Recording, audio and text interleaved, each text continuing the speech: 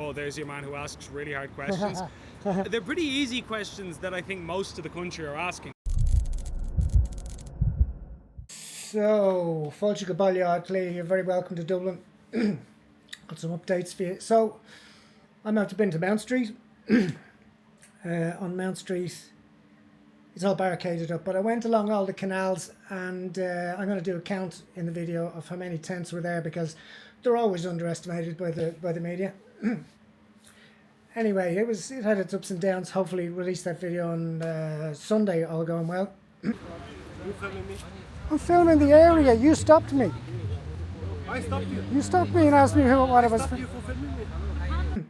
Now, while I was there, I had a chat with Ben Scallan, who I'm a big fan of. I'm a big fan of Gript Media. I suggest you subscribe to Gript Media. It's the only media that I really trust. You get bits and pieces from other media. Do you trust them? Do you not trust them? 500 tents, 2,000 tents, demonstration with 100 people, several hundred people ends up being 10. I just don't trust them, but I trust Gript Media. And they reveal things, and they ask the questions that you should be asking, and they ask the questions that I should be asking, but we don't have the platform. Gript Media, you hear the voice when the questions are being asked to the Taoiseach as he walks off. You hear the questions being asked. They're very calm, they're very articulated, and they come across very well, I have to say. So Gript Media, check them out. Here's my chat with Mr. Scallan.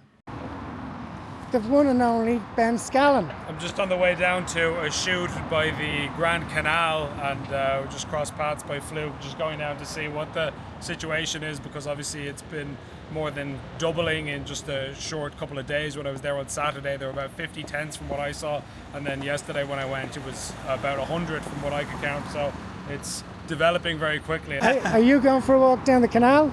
That's the plan, yeah, absolutely. Yeah, I just been told not to record down there. I sat there, didn't seem very intimidating. More intimidating down there. Yeah. Honestly, I had a chat with some of the people living in the tents, and they seem perfectly normal, reasonable. I didn't get any, a few vibey, but in general, guys from Jordan were approaching me to chat, Afghanis. So there was a lot of people. I found it, I didn't find it intimidating down there. I think it's more from what I was speaking to some people who kind of live around the general area. What they were telling me was that it's nothing to do with the individuals who are there, that they could be lovely people and they seem like perfectly normal people, but that it's more the precedent of, you know, as even the Taoiseach himself said, you can't have tent shanty towns appearing in the capital city of a first world Western European country. It's just not normal, especially when it's all men. Again, no reflection on the individuals Same involved. Age. That's what people have been telling me is their perspective, people who live maybe further up the canal and so on. From what I've heard, it looks quite residential, but it's actually mostly businesses. There aren't a lot of people who live right there in front of it, but still there are people who live further up the canal, and so I've sort of just been trying to get a sample of how the guys in the tents feel, how the locals feel, that sort of thing. Do you think things will ever change? As far as the immigration system, I think it will, and it has to, because of the fact that what's going on right now. I mean, to put it in perspective, I believe in 2022 there was a poll done. It was by a reputable polling company. I forget which one, but it was Red Sea or Ireland Thinks. One of those ones that it's like a serious, professionally done poll.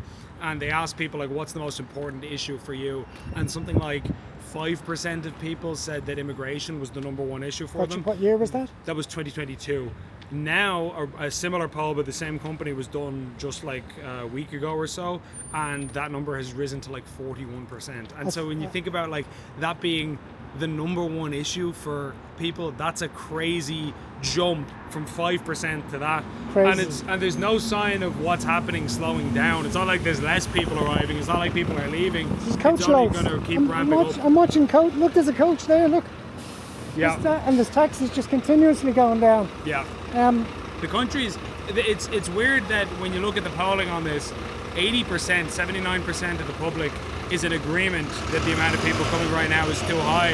That's as close to unanimity as you're going to get in a society, because obviously like if you did a poll on is chocolate ice cream nice, you're probably not going to get 100% of people agree. You know, there's always going to be that one guy who's like, oh no, you know, whatever. So 72, you said? About 79% or 80% in and around that. So when you've got like 8 in 10 people in a country saying, yeah, this is a bad thing, that's basically as close to unanimous as you're going to get, you know? So, and it's not even like the remaining 20% are all on board with it, that you've got some I don't know or I'm unsure is in there. Lines. And then you've got this tiny little sliver of people who, you know, are refusing to see what's clearly in front of their face, or maybe it hasn't come to their area yet, and so they're not personally affected. We saw how things panned out in Ballsbridge. That was quite interesting. Yeah. You know, but yeah, I think you're very true. I think until something affects you individually, I think these people who are so far away from it are kind of just they're moaning and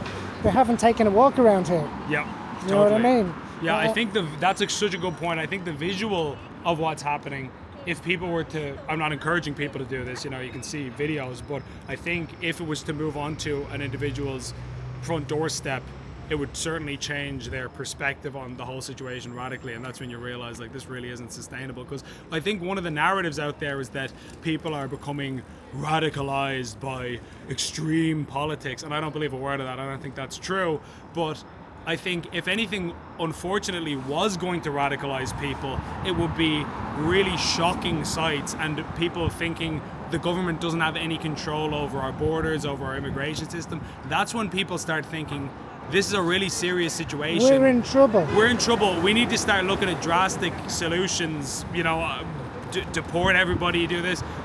If people don't want society to go down that road, then what we need to do is get a handle on the situation and apply reasonable, sensible restrictions that the vast majority of the countries in the world are already doing. You know, we're an outlier in this part of the world in that we entertain illegal immigration. Try illegally immigrate to Nigeria or Mexico or anywhere else and see how they treat you, you know, or China for that matter.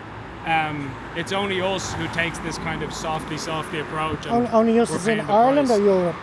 Ireland, the Western world in general, I think. Obviously you have some outliers in there where, for example, Denmark is pretty strict, and they have, although of course our Justice Minister says that the Irish people wouldn't want a Danish-style system. That's why we wouldn't implement it. Where did you get that from? Where did you get that from? And I'd be very curious. We're thinking at the minute. Maybe I shouldn't say too much about this, but we were planning on doing a little kind of a deep dive into how the Danish system works and seeing.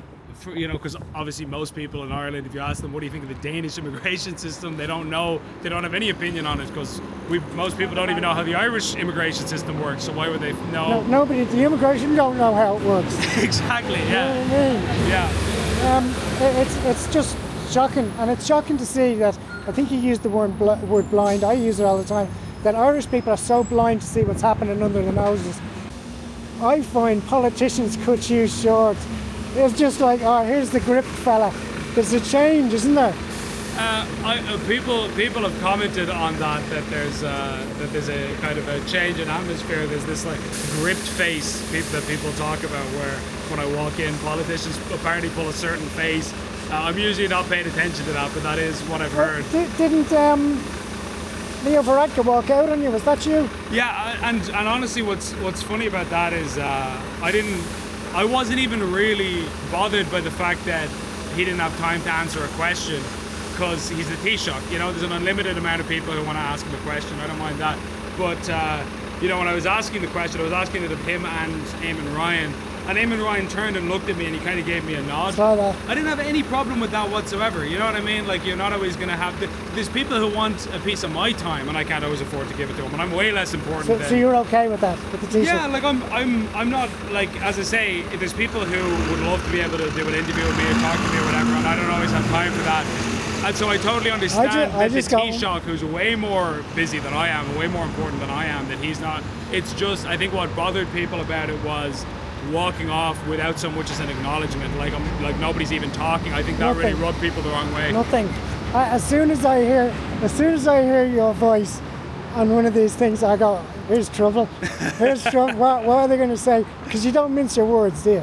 No, but I also, the thing is, I'm not trying to be trouble, if you know what I mean. No, it doesn't come across that it's way. because it's funny that I think I have a reputation in some circles that, oh, there's your man who asks really hard questions.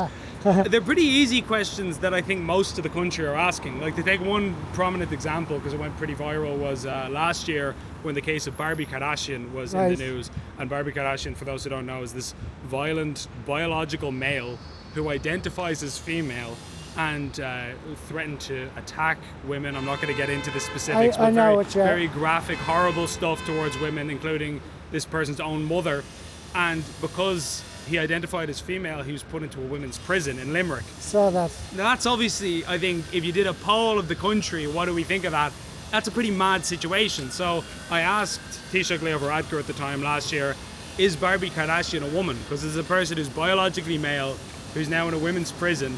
And he was totally stumped by it, and everybody was saying, oh my gosh, that was such a hard question.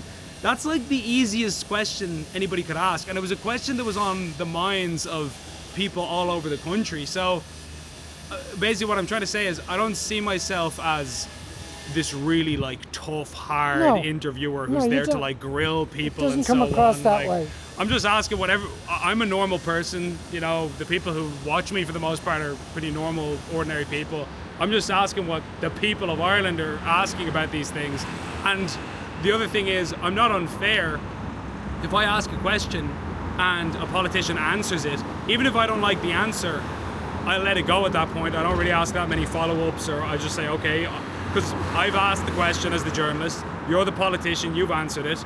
The people can now make up their own minds. The only time I really get snippy or press them is when they're evading the question and they're obviously not answering the substance of what I've asked. I love watching your stuff. Anyone in Ireland who doesn't watch Gript has the screw loose. I'm not just joking you.